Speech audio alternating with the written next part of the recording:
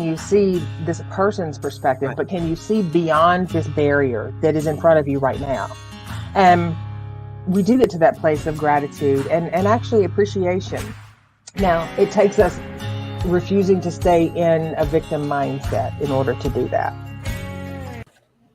Hi, everybody. Hello, everybody. Okay, first I'm gonna say your hair looks amazing. Thank you.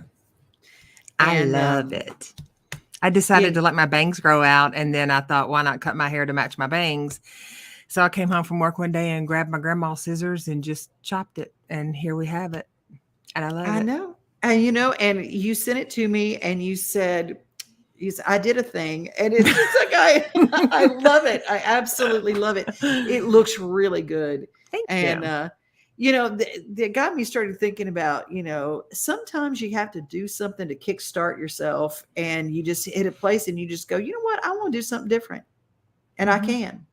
Sure. And you did, and I love it, love it, love it. Hey, today I've been getting lots of questions, so I thought popcorn topics, and I've written them in here like we have popcorn. All And right. I know today is going to be a tight out at 30 minutes in, so let's just go ahead and get started. We got some folks who are joining us as we Yes. always do. Oh, there's my cousin, my cousin. Hi, Hey, Tim. cousin. Hey, Lisa. Hi, Lisa, good. Lisa. Loving your hair. She Thank loving you, it. Lisa. Thank you. And Corinne is with us. Hey, Oh, y'all. Corinne. Anywhere you are, you can share this, invite people in. And I'm going to just start with my first topic. All right, let's do this. They're all, and Teri has no idea. I don't. That's why I'm Okay. so excited. This is on the green. You can't tell. It doesn't even look green. It looks yellow from here. The person that caused me trauma is thriving, and I can't even breathe. When does this get easier? Now, are we going for soft and gentle Terry responses, or are we just going for, okay, let's just call it what it Let's is? just do your Teri. Just do your Teri. We stop. The question was, when does it end? When does it get easier? When does it get easier? Because when you look and you see somebody who has caused you immense trauma, and they just get all new people, and they just start thriving with their new group, and it just like, but they left you bleeding in the street. Oh, fair. True. Here's the thing with that. If they are not shifting or growing or evolving, then they're just repeating patterns. So when it gets easier for us, for the person that's been left behind, is when we stop focusing so much. And I understand that sometimes wanting to follow up or have family members that follow up, or you check social media and it's just like, well, doggone it. Why is this jerk doing so well? And I am just still in this misery, because they're likely repeating or moving forward with a pattern, and you haven't addressed the hurt, the pain. I shouldn't say you haven't, likely have not addressed the hurt, the pain. Therefore, you're still stuck in that space. So it gets easier when we become gentler and more aware of what our needs are, and we start actively taking steps to get in that space. I will say the first thing that you can do is block on social media. If Yes. you continue to go back to let's say there's a cup of poison and it made you sick the first time, and you keep going back to the same thing and drinking out of it, it's going to make you sicker every time. And it might just kill you after a while. So quit going back and drinking the same poison. Block. I don't mean unfriend. I mean block, where you're not going back to see them and you think, well, I need to know what's going on. I need to go what's going on. Well, you need to ask yourself why you need to know what's going on, because There's the Teri. because keeping up with what's going on in somebody else's life is keeping you from moving on in your life. When our focus is behind us, when our focus is on someone else, our focus is not on us, and it is not on the road ahead. And you can always, when you stop repeating patterns, just like you said, when you stop repeating the pattern of going back to the same kind of person, the good new person seems to show up. And usually that's you. And the other thing is, you have to ask yourself really common sense questions. Do we ride a bike? Do we drive? Do we run? Do we walk? Do we ski looking backwards? No, we do not. Why? Because we have to focus on where we're going. And I understand that in matters of the heart, when emotion gets tied in there, sometimes it can get pretty fuzzy on, yeah, but I still, or it can be, yeah, but I want to go slash some tires and I don't want to see them succeed. Either one of those is more about us than it is that person moving on. Okay, for me, everybody's got different. Corinne says it took therapy and meds for me. There you go. Very good. And Timothy says, when you totally forgive them, you have the key to your own freedom. And that's true. However, forgiveness sometimes has to be an act of God. For me, it was an act of God. I had to wait for it to happen. And Corinne says, maybe I should have slashed some tires. Corinne, I do not recommend slashing tires, Corinne. However, I also will not judge you if you tell me you do. So there you have it.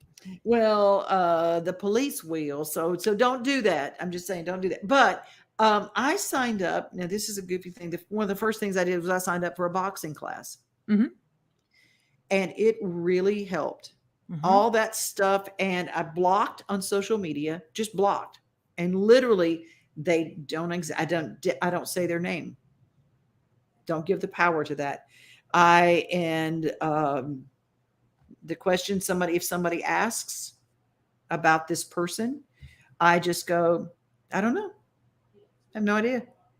Moving on. And moving on is easier said than done. Forgiving is easier said than done, but putting it in, I always say, I put that, the forgiveness part, I put in the God basket. And I said, if you are who you say you are, you're going to have to do this for me. And that's when it happened. Sometimes it's not about, sometimes it's really not even about forgiving. It's just about emotionally unplugging from allowing yourself to be triggered. The forgiveness stuff can come in. It can come in the beginning, or it can come in way down the road. But most of the time in that initial phase of how can I keep afloat? Forgiveness is not typically one of the first things that comes to mind, because you haven't. It was not the first thing in my mind. I'm not even going to say what the first thing was, but right, because you haven't processed it. You haven't given yourself an opportunity to breathe and sort of, set some boundaries for yourself around how you want to show up. Tim says, learn to get off the sustain pedal. He's a musician. Go to another chord, release the sustain so those old notes stop ringing and crowding out the new chord in your life. Oh, I love that. For all our musicians, you'll really get that. Okay, got a new question. It's pink. And it is, this is it's in your wheelhouse. It's been 2 years since my father died. Why can't I feel better?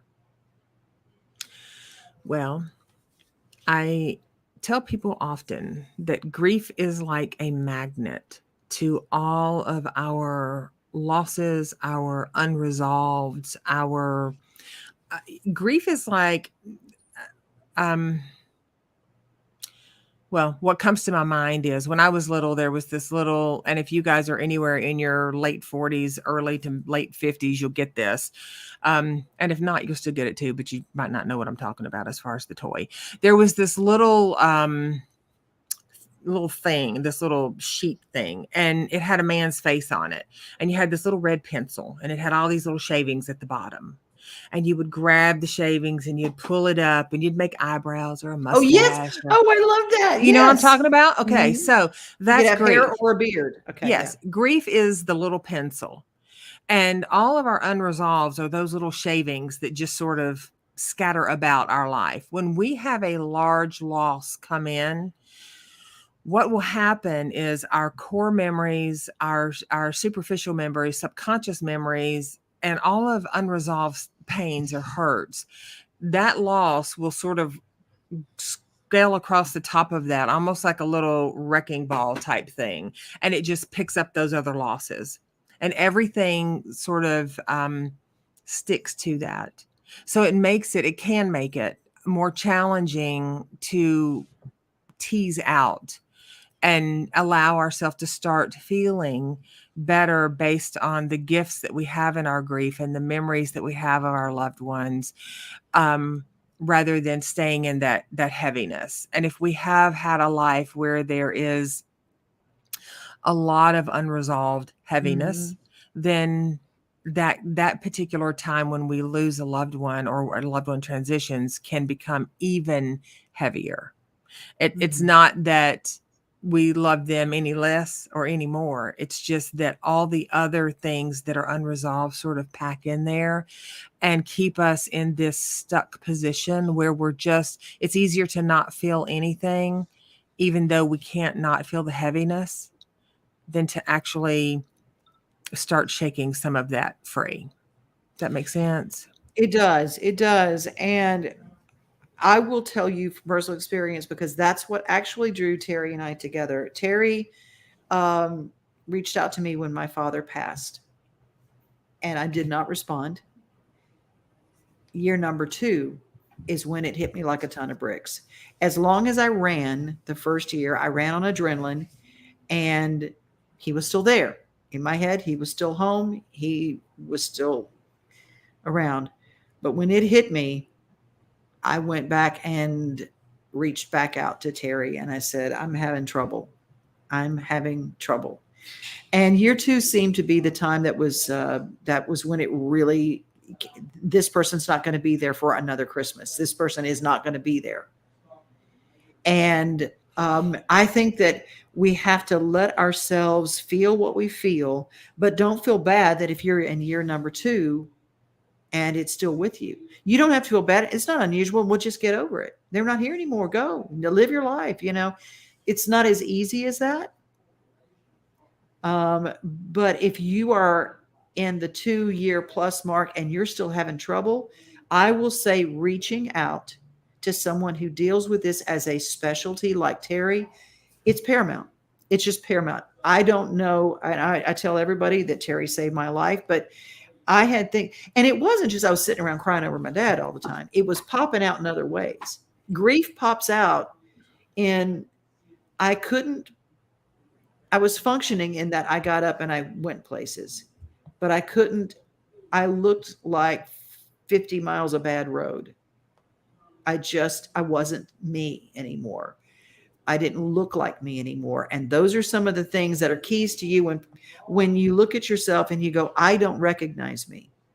We all get older, we gain weight, we lose weight. I'm not talking about those little things. I'm talking about when you look at yourself in the mirror and you go, who is that? That's when help is important.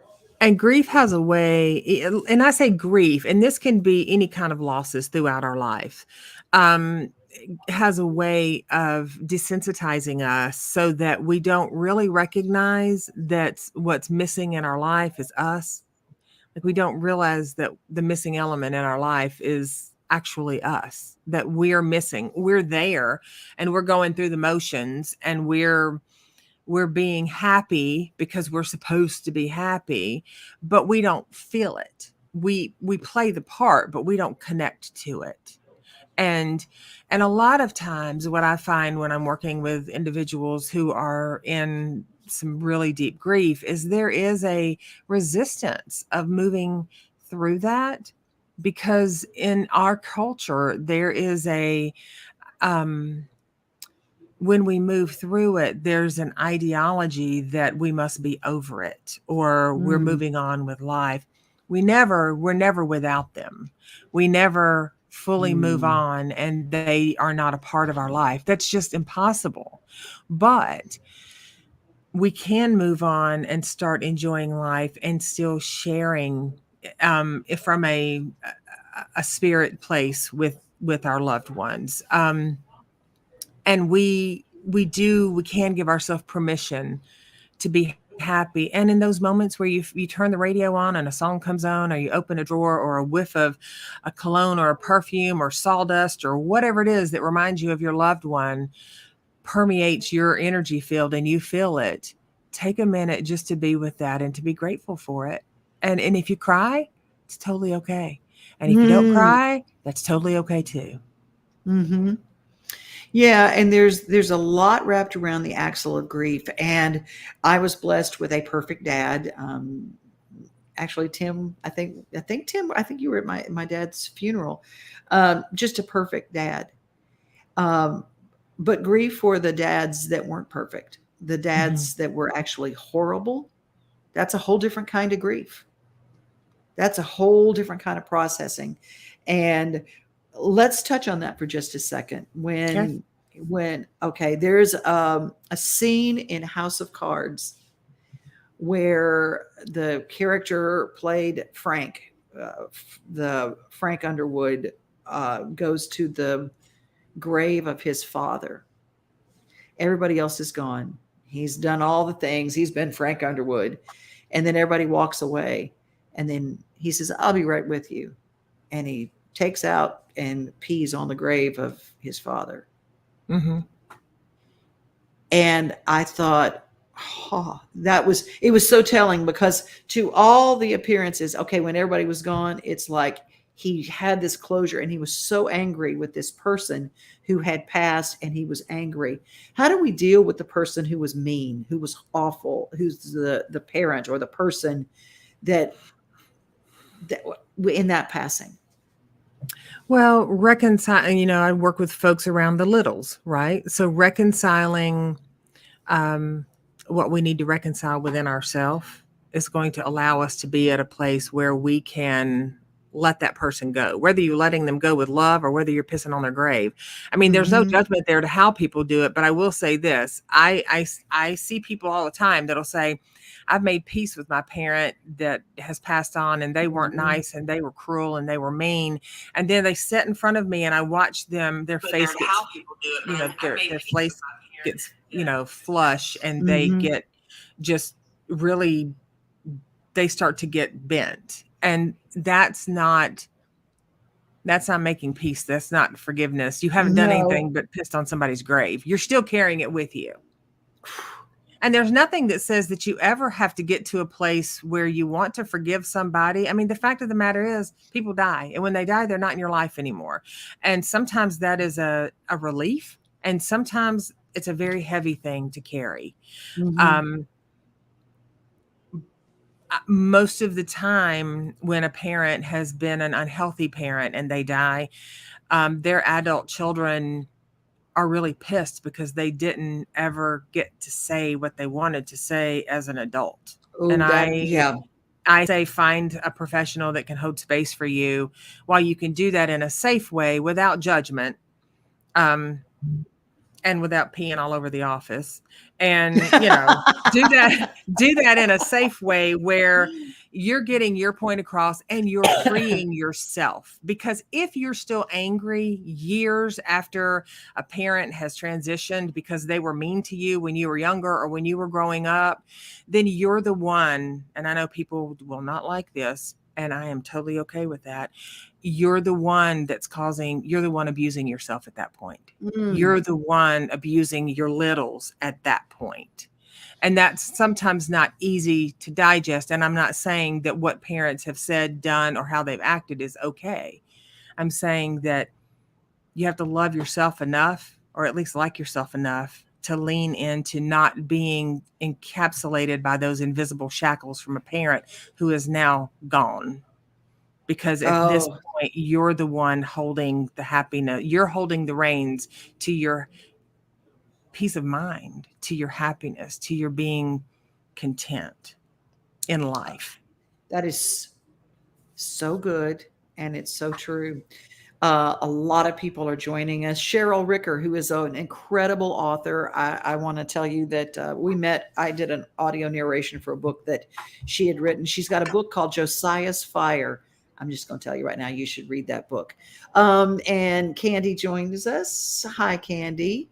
And hello, Candy. And Susan joined us. And Susan, y'all are incredible and timely and valuable. Too much loss. So she had to put her dog Rosie down Monday, and just a grief and broken heart are at an all-time high. And people are reaching out. and I've got two sets of comments going on because they don't always go to here. So just want to let you know. And she continues, God bless you. I love how you guys talk to each other in the comments too. Rosie has a mental illness and misfiring brain that's affecting her and her awful unknown aggression and hallucinations. She does beagle rescue, and she had a traumatized dog that she's doing an act of kindness to release this dog because she's not safe. That happened with Horse Plus Humane this week. There was a horse they had to put down because she was dangerous. They couldn't let her around anybody. I mean, just really dangerous. And sometimes that happens with animals, but it doesn't make it hurt less. Not at all. And losing an animal is every bit as traumatic as losing a person. It is. There are people that will argue that, but I'm here to tell you that if your frame of reference is that you encapsulate that animal's love and you receive it, it is truly no different, because love is love and grief is grief. Mm-hmm. And here's the other part about that. There's no comparison to it. If we're out comparing our loss because we feel like we've loved someone more, then we're actually doing a disservice to ourselves and not honoring that two-legged or four-legged or one-legged or whatever it is. Maybe whatever it is. Maybe it's a fish and there's no legs, so it's just not a comparison. Yeah. And Steve Rain, Hypno Hottie. Hey, Steve. Our hypnotherapist with the best. He's a wonderful resource too. And we're going to have Steve join us on the show really soon. Have him come on one. Steve Rain is with us. And a lot of people are saying dogs are the world. That's okay. Popcorn topics. I'm going to pull out another topic. Okay. I think this is the one I got yesterday. I am not okay after the COVID shutdown. I didn't realize it until I realized it. How do I get back into my life again? Nothing is the same. So that's a big one. And there are, I think there are probably more folks out there that resonate with that than maybe not. And that's sort of a twofold thing. One, we have people and we have experiences and jobs and all kinds of things that fall out of our life during this season of COVID. And some people weren't okay with everything dropping away like a Band-Aid being pulled off, while other people found out that they actually were okay not having to overcommit and not having to do the things that they did.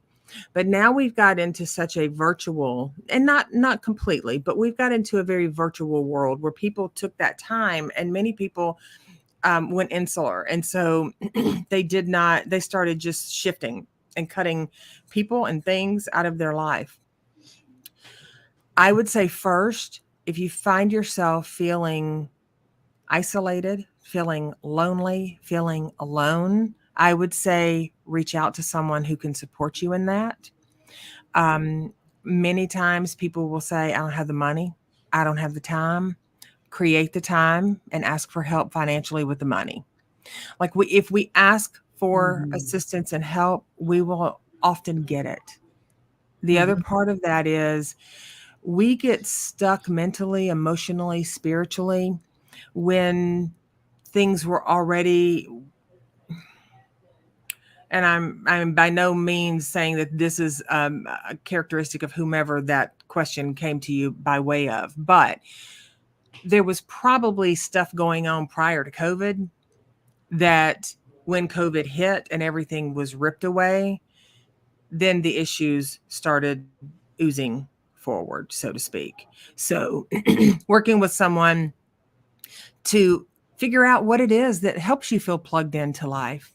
A lot of people see COVID, or I say COVID, as 2020, as the shutdown, as this horrible, horrible thing. But for so many people, it's been wonderful, So if you're having a hard time, if you're not one of those people that it's been wonderful for, then don't sit in that another day. Don't let 6 more months pass. Don't let another year pass. Don't give away any more of your time or your energy And I say your beauty, meaning your heart space, your potential, all of that. Don't give that away because you don't know what to do or you're still feeling stuck. Reach out for someone for support, whether that's a friend that can maybe you haven't connected with in a while. Maybe it's a family member. Maybe it's a professional. I do always tell folks we can have great family and we can have wonderful friends, but they're generally going to look through the same lens that we are because they're wanting to support us from a place of that their role in our life. And a professional can support you, meet you where you are, support you, and say the Mhm. things you might not want to hear, but they're also saying it because they're invested in you and your happiness and your peace of mind. So We got a lot of folks watching. Buddy just joined us and Karen just joined us. And thank you guys for popping in here. Jim is watching in Virginia. And I think the thing that hit me about the shutdown about COVID, because so first of all, at the beginning of it, I mean, I lost my job. I mhm, mean, that was like, and it was my dream job. And it was like, and it wasn't my idea. It was not, and it hurt like a mother. And it was like, what? And then what a shutdown. And then, and oh my gosh. And financially, it was just like, oh my Lord. But you know what? My needs got met. And was it easy? No. And am I having to dig out of a hole? Yeah. But in the other time, I learned something important. I don't want to spend an hour each way going back and forth to the same office every single day. right, I want to learn how to do life differently.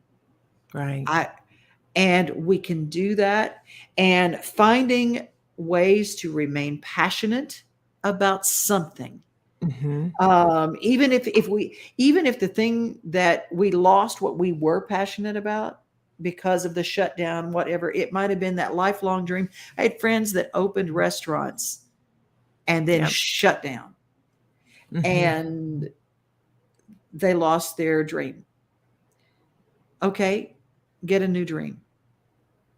It's like every day, find something to awaken your passion. Find something, and you might have to do some soul searching. You might have to sit down and have some quietness to say, what is it I have never gotten to do? You've talked to, you have a story, and I probably have the last thing that we have time for is your story about your tree. During the shutdown, you never noticed your tree. Yeah, I had a dogwood tree. Oh, I still have a dogwood tree in my front yard, and of course I refer to her as her. I've seen her Mhm. out there in the front yard, and I'll look at it, and it's like, oh look, there's the blooms, aren't they pretty? And then a few days later, there's no blooms on it. I had the good fortune during COVID to set up my office in my dining room, and I have these Florida Mhm. ceiling windows, and I had the good fortune of watching those trees go from winter naked to their spring attire with little buds to amazing beautiful blooms to the blooms falling off and then the rest of the seasonal leaves coming on to it. And I watched that full life cycle of that tree, and for some people that might be like, well, okay, it's a tree, but I Mhm. had never in my life really paid attention to the life cycle of Mhm. that tree. And what a blessing that was. Plus, my grandmother had a dogwood tree in her front yard, and my mom has one in her front yard. So I got to sit there and see those blooms, and then memories from other parts of my life came in. And so not only was I benefiting from watching this tree and its life cycle, I was having memories come in from other places in one of the most chaotic and bizarre times in our lifetime with everything being shut down. There were huge blessings that present themselves if we are just willing to tilt our head just a little to the left and just stay open to them. And the other thing about that is many times we get in a pattern, the brain, I know, so often you know we talk about things happening Mhm. to us from an outside perspective, but when it really boils down, it's the way we've trained our brain to show up and to pattern itself. So when Mm. we get in these ruts and we get stuck, the brain is going to feed on that because that's what it's familiar with. So teaching it a new way, teaching a new way. You first got on a bike and tried to ride it. You probably Right. didn't jump on it and take off. No. You had to learn. And I don't care if you've not been on a bike for 20 years, you can probably get back on that bike and ride it again. Our brain is memory. It's muscle memory.